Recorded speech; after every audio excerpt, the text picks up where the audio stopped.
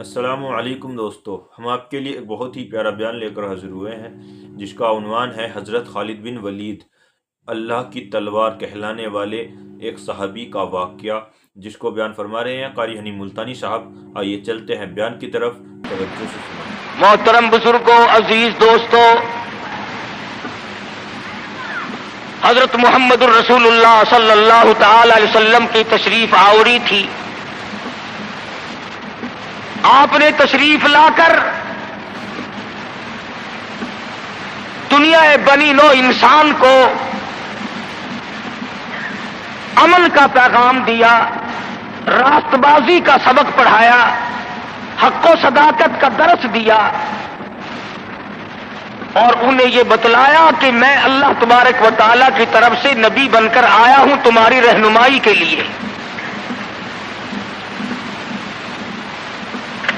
جن لوگوں کے مقدر اچھے تھے، جن کے نصیب اچھے تھے، انہوں نے موافقت کی، دامن پکڑا، غلامی کی، جانثاری کی، اور دامن پکڑا تو ایسا پکڑا کہ جان کے ٹکڑے تو ہو گئے مگر حضور اکرم صلی اللہ علیہ وسلم کا دامن نہ چھوڑا۔ مصائب ٹوٹے، طوفان کے پہاڑ بن کر ان کے سامنے آئے، تلخ سے تلخ وادیوں سے ان حضرات کو گزرنا پڑا، مگر کوئی تاریخ میں ثابت نہیں کر سکتا کہ محمد کریم صلی اللہ علیہ وسلم کے کسی دیوانے نے دین کو چھوڑا۔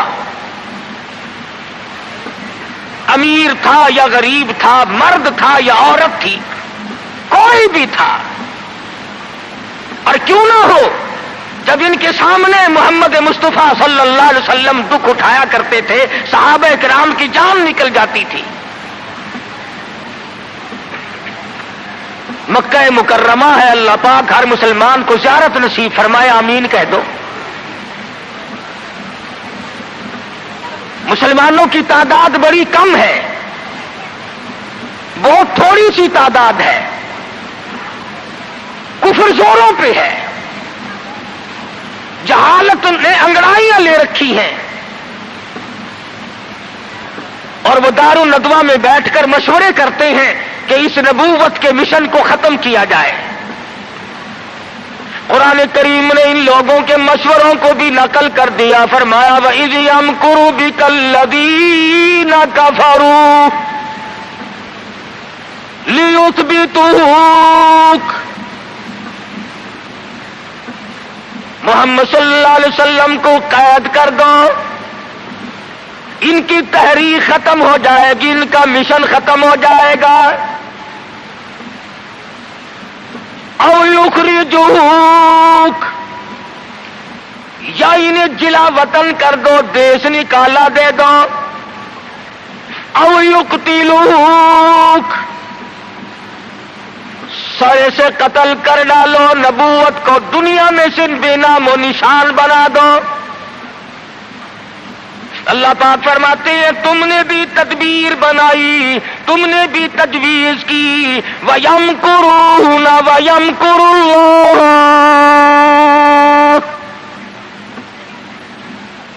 تم نے بھی تجویز بنائی، تم نے بھی پروگرام بنایا، تم نے مشورے کیے میرے نبی کو ختم کرنے کے،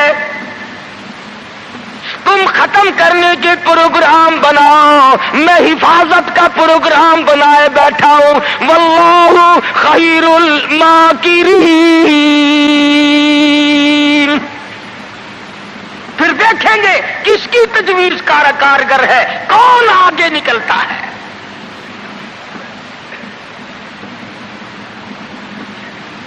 یہ مارنے کے درپے ہیں، یہ ختم کرنے کے درپے ہیں، یہ مٹانا چاہتے ہیں، اور اللہ کریم کے سامنے ادھر مدنی کریم صلی اللہ علیہ وسلم ساری رات سجدے فرماتے ہیں،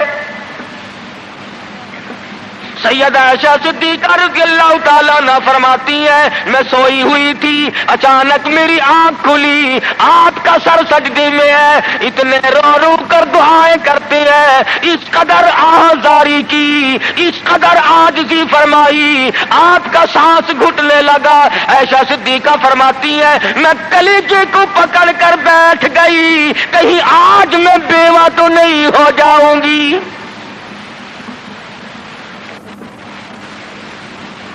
دعائیں مانگتے ہیں میرے پروردگار میری امت کو معاف کر دے، میری امت کو بخش دے۔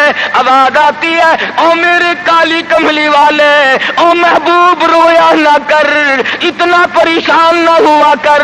وما کان اللہ لیعذبہم وانت فیہم وما کان اللہ معذبہم وہم یستغفرون۔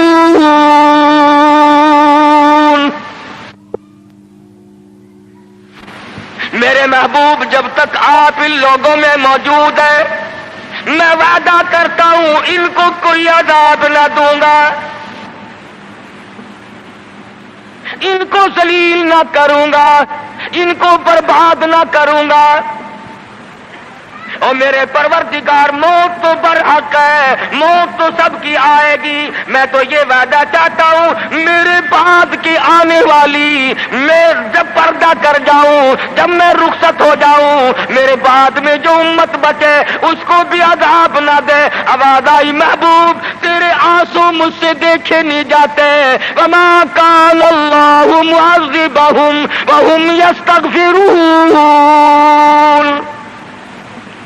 جو استغفار کرنے والے لوگ ہوں گے، جو مجھے منانے والے لوگ ہوں گے، جو معافی طلب کرنے والے لوگ ہوں گے، میرے محبوب میرا تو سے وعدہ ہے، مجھے اپنی کبریائی کی قسم میں انہیں بھی برباد نہیں کروں گا۔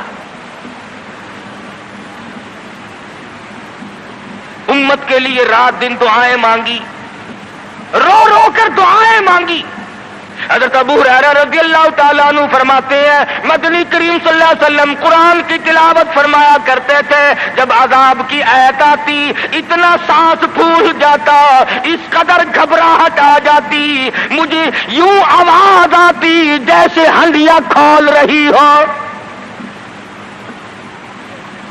نبی ساری ساری رات روئے، نبی کے قدموں پہ ورم آ گئے، ساری رات قرآن کی تلاوت کی۔ امت کی رات فلم میں گزرتی ہے، امت کی رات ٹیلی ویژن پہ گزرتی ہے، امت کی رات بدماشی میں کٹ رہی ہے، امت کی رات بدکاری میں کٹ رہی ہے، سفید داڑھی ہو گئی، قبر کی تیاری ہے، آج تک یہ نہ سوچا ثم لم یتوبوا فلہم عذاب جہنم ولہم عذاب الحریق۔ جلا دینے والا عذاب تباہ کر دے گا۔ کون اس سیرت کو پڑھے؟ قرآن جو سیرت بیان کرتا ہے کوئی کیا سیرت بیان کرے گا؟ صحابہ اکرام نے جن کی آنکھوں نے حضور کا حال دیکھا، تم نے کبھی اپنے نبی کا لباس نہ پوچھا، بٹن کی جگہ میرے آقا کے کرتے مبارک میں کانٹے چبھے ہوئے ہیں، آرام فرماتے ہیں گلے میں کرتا نہیں ہے۔ صحابی نے سوچا مجھ سے زیادہ کسی کو بھوک نہ ہوگی، پیغمبر کے سامنے جا کر کرتا اٹھا دیا، یا رسول اللہ ذرا دیکھو میرا کیا حال ہے، سیدھا نہیں ہو سکتا ہوں، پیٹ پہ پتھر باندھ رکھا ہے، رحمت والے ہاتھوں سے کرتا اٹھایا اور صحابہ کی آنکھوں نے دیکھا ایک کے بجائے 2 پتھر بندھے ہوئے۔